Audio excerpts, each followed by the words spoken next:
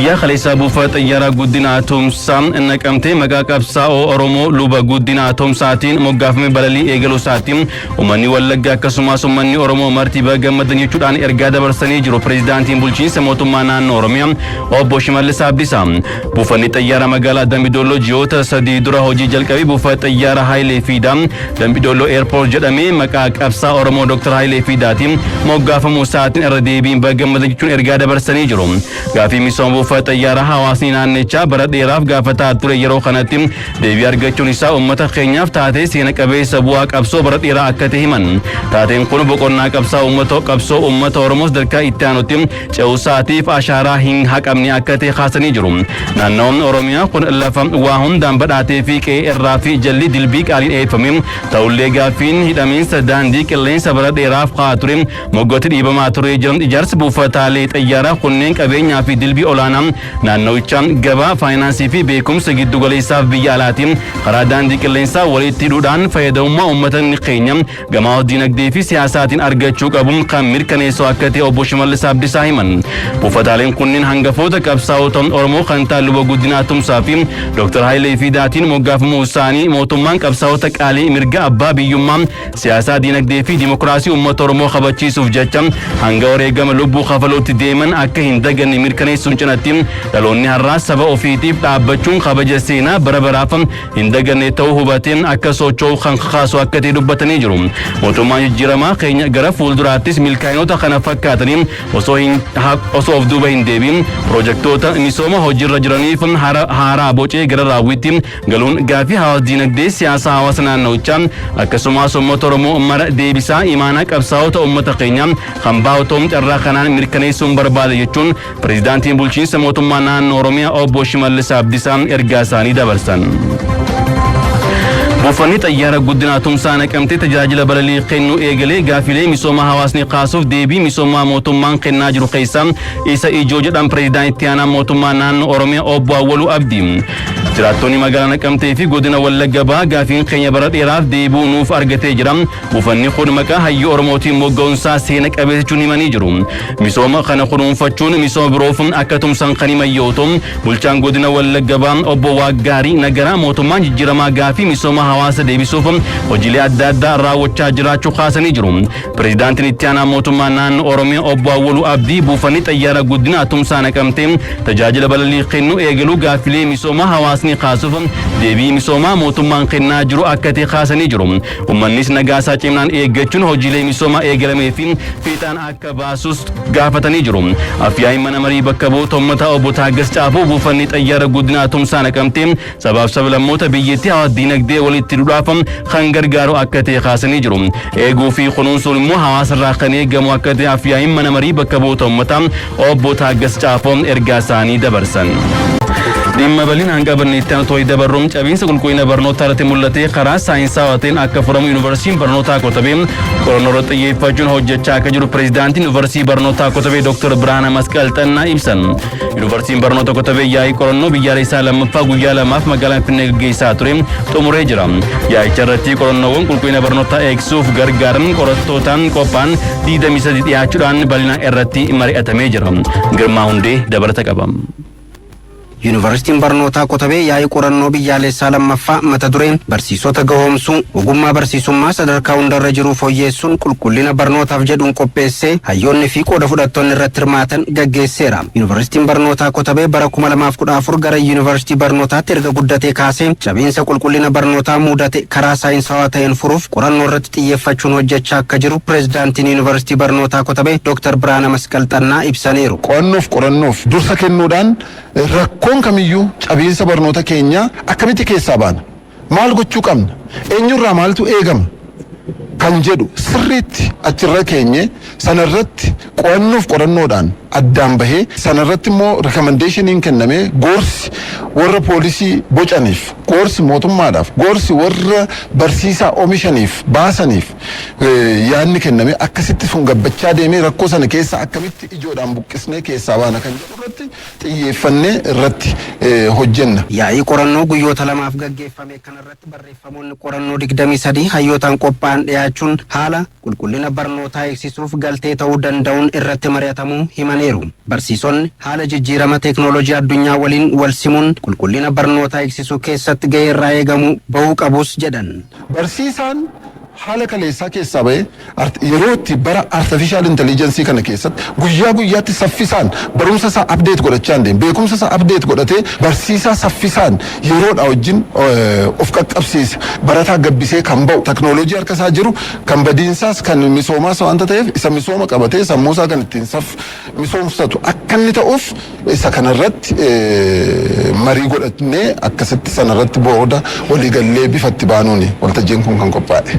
Saganticha irratti barreeffama qorannoo haala yuunivarsiitiiwwan Afrikaa duraanii fi carraa gaarii eegaree jedhu irratti barreeffama qorannoo kan dhiyeessan hayyuun barnootaa Profeesar Baqqala Guutamaa yuunivarsiitiiwwan Afrikaa irri caalli isaanii haala qabatamaa Afrikaa irratti kan hin hundoofnee fi karaa rakkoo Afrikaa hiikuu danda'uun hin hojjenne ta'uu eeruun yuunivarsiitiiwwan Afrikaa yuunivarsiitii Afrikaa keessa jiran qofa osoo hin taane qabatamaadhaan yuunivarsiitii Afrikaa akka ta'aniif qooda fudhattoonni hundi xiyyeeffannaan hojjechuu akka qaban akeekaniiru.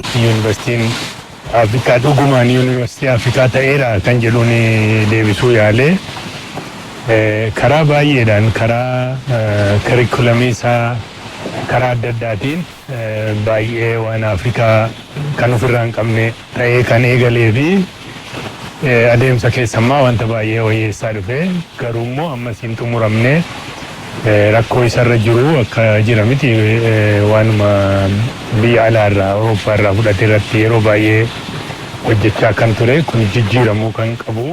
Gama mootummaatiinis yuunivarsiitiiwwan of danda'uun akka of bulchan taasisuun riiformiin hojiirra oolaa jiru rakkoo barnootaa furuu keessatti iddoo olaanaa qabaachuus Profeesar Baqqalan dubbataniiru. Qorannoowwan dhimmoota qulqullina barnootaa irratti gaggeeffaman irratti mariin taasifame rakkoolee qulqullina barnootaa irratti mul'atan furuu keessatti qooda olaanaa qabaachuun hayyoonni waltajjicha irratti hirmaatan dubbataniiru. Qorannoo isaaniitiin rakkoo qulqullina barnoota Itoophiyaa keessatti uumameef yaada furmaataa kan ta'u gumaachuu danda'u yookaan immoo propose gochuu danda'u jennee yaanna. Waa qorannoo kanarratti hundaa'uudhaan abbootii dhimmaa yookaan immoo stakeholderiin sadarkaa adda addaarra jiru sadarkaa ministeeraa barnootaatti sadarkaa federaalaa sadarkaa naannoo jechaa gadi bu'aa isaan kanaaf galtii kan ta'uu danda'u achirra dhaabbatanii poolisii gaashaa tokko qopheessuu akka danda'anitti amanama. Saganticha irratti kan argaman ministeera barnootaatti hoogganaan deeskii qo'annoof qorannoo Dr. Saraawwit Hambisoo ministeerri barnootaa qulqullinni barnootaa eegamuun guddina biyyaa keessatti akka gumaachuuf xiyyeeffannaa addaatti kennee hojjechaa akka jiru eeraniiru. Yaa'iin qorannoo yuunivarsiitiin barnootaa Kotobee qopheesse kun yaadonni qulqullina barnootaa eegsisuuf galtee ta'uu danda'an hedduun irraa argaman ta'us dubbataniiru.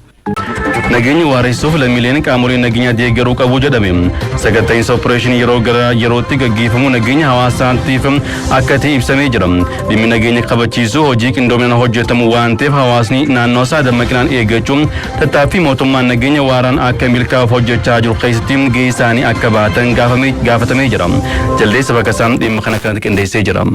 Nageenyi bu'uura waa hundaati. Bu'uurri nageenya ammoo nama jedhama. Kan naga booressuu fi nageenya waaressullee namuma jechuudha. Biyya akka Itoophiyaa sabdaneetti keessatti tokkummaa eenyummaa heddumminna irratti ijaarame sababoota ilaalchaa xixiqqaanii sirna sabdaneessaa walqixxummaa hin diigamneen ijaarame cimsuun kunuunsuuf akkasumas rakkooleen gaafa mudatan ammoo walkabajaa fi waliigalteen furuun barbaachisaadha. Nageenya kabachiisuun hojii qindoominaanii hojjetamu waan ta'eef hawaasni naannawa dammaqinnaanii eeggachuu qabaa jedhan kutaaleen hawaasaa garaagaraa. Nageenya jechuun arba qofaaf otoo hin taane mitiidhafillee murteessaadha jechuudha. Nageenyi kan nama tokko qofaa miti. Nageenyi kan nama dhuunfaa qofaa miti. Kan walooti. Dooktoriin nageenyaa hunda keenya. Yoo nuti waltaalee tokkummaa jiruun yaada lapheetiin qalbiitiin sammuutiin yoo tokko taane hundumtuu harka keenya irra jira. Harka keenya barruun keenya mirgaa keessa jira jechuudha. Nageenyi hunda keenyaafuu murteessaadha. Nageenya kana immoo bakka itti deebisuuf gahee mataa keenya hunda ta'a. Kan mootummaa qofa yookiin kan nama dhuunfaa qofa goonee ilaalla yoo ta'e kan hin taane ta'uu isaati jechuudha. Nageenya naannoo keenya fi nageenya biyya keenyaa mirkaneessuudhaaf mootummaan cimsee hojjechuu danda'u qaba. Qaamni dhimmi ilaallatu hundi hundi keenya tokkoon keenya maal hojjechuudha. Anarraa maaltu eeggamaa jiru san ofirraa ka'uun nurra jira jechaadha. Nagaa jechuun sammuu keenya keessa jiru. Yaadama sammuu keenya keessaati. Aragalfii nuyi sammuu keenya keessatti qabnudha. Inni sun hawaasatti daddarbaa deema. Magaalaa tokko dhuunfata, naannoo tokko dhuunfata, biyya dhuunfata jechuudha. Sanatu kan waloo ta'a waan ta'eef nuun bakka jirutti dhimma keessoo keenya sana ilaaluu danda'u nurra jiraata. An bakka hin jirutti yoo waan gaarii hojjedhe naannoon jirutti cheerchiin keessaa yookiin maskiidan keessaa waaqessatti waan gaarii yoo hojjete nama 5 nama 10 hin jijjiira. Waajjira koo keessattis akkasuma naannoon jiraatuttis akkasuma inni sun biyyaaf inputii ta'a jechuudha, jijjiirama fidaa jechuudha. Nageenya booressuu waldhabdee babal'isuun yeroo gara yerootti mul'atu haala ijaarama biyyattiillee ta'uun ni hamatama. Kan hambisuuf immoo dhaloota irratti hojjechuun falaa akeekan. Nageenya dhabuu biyya keenya irratti bu'uurri maali kan jedhu irratti ijaarama biyya keenyaati. Ijaarumsi biyya keenyaa haalli isheen ittiin ijaaramtee as geesse haala dhugaa irratti waan hin taaneef burjaajii kana keessa jira jechuudha. Wanti tokko beeziin sababa fiixaan boonsisaa gaarii waan hin taaneef biyyi keenya jalquma irratti ijaaramte ilaalcha nama dhuunfaa irratti hundoofte akka hundaaf taatu godhee miti kan ijaaramte jechuudha. Inni sun bu'uura rakkoodha. Sun immoo maal fidee seenessi sobaa haalli isheen ittiin ijaaramte seenessi sobaa fi haxaan achi keessa jiru immoo eegumsaaf burjaajiin warra keessa jiru uumeera jechuudha. Kanaaf biyya cimtuu ijaaruuf maaltu nurraa eegamaa amma maal gochuu qabna kan jedhudha. Sadarbe sana akka waan tokkotti fudhannee irraa barannee amma immoo biyya akkam ijaaruu qabna, biyya akkam ijaaruu dandeenya, akkamittiinitu jaalala biyya isa jedhamu sana dhaloota hundumaa keessa kaa'uu dandeenya isa jedhutti deebi'uu qabna jechuudha.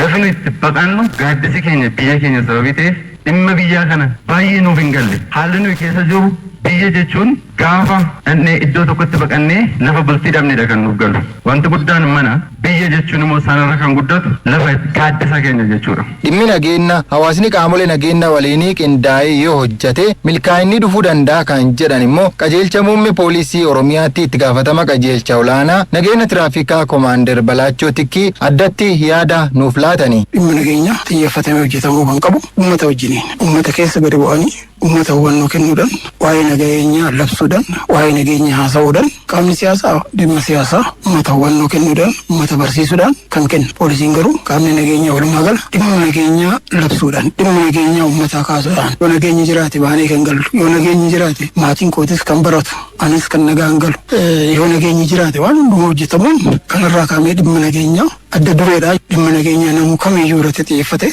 yakka balaaleffatu uummata yakka jibbu uumuun gahee keenya akka uummanni keenya balaaleffatu kan godhu qoommoo nuyi yoo nageenya isaa sirriitti eege kanaaf uummanni keenyatti gadi buune nageenya isaa hordofne nageenya isaa akka gaariititti yoo nagaan akka bahee galu goone. Sakatta'iinsi yookiin opereeshiniin yeroo gara yerootti geggeeffamu nageenya hawaasatii fi akka ta'e hubachuun barbaachisaa itti darani Komaander Balaachoon. Sakatta'iinsi geggeeffamu sakatta'iinsa uummata fayyadu ta'uu qaba.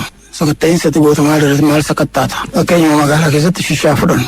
Baala sammuu nama dochaa fudhannu. Namni shishaa fayyadamu achii ba'ee maal hojjeta? Maaliif shishaan inni eeyyamamaa hin eeyyamamu? Seera irratti dhorkadha. Kanaaf sakatta'iinsa godhamee ajaja mana murtiitiin kan sakatta'amu jira. Ajaja mana murtiitiin alatti iddoo sakatta'amu jira. Kanaaf isaan kanarratti xiyyeeffatamee hojjetamuun barbaachisaadha. Baala sammuu namaa dochisuu fudhanne namni baala sammuu namaa hadochi fudhatu sun namni ba'ee akka hin galle namni akka saamamu namni akka miidhaan irra ga'u akka du'u kan godhu waan ta'eef kanarratti cameeti kan sakatta'iinsis godhamu. Halkanii guyyaadhaan yeroo ammaa kana sakatta'iinsa iddoo adda addaatitti mana akka sakatta'iinsa godhamu. Sanbira darbee kireeffataa fi kireessa. Kireeffataan nama akkamiiti kan kireessa kun? Ati nama akkamiitiif kireessite? Eessaa dhufe? Eessumaayyuu haa dhufu galmeessita poolisii beeksista. Soora isaa wajjiniin walii mallatteessita. Dokumentii ta'ee poolisii bira taa'aa kan jirudha yeroo ammaa kana. Kanarraa qaamee hojiin nageenya uummataa amansiisaa taa'aa kan jiru. Hawaasni qaamolee nageenya cina dhaabbannaan immoo nageenya caalatti waaressuun danda'amu waan ta'eef kanarratti lammiileen tumsuu qabu dhaamanii jiru.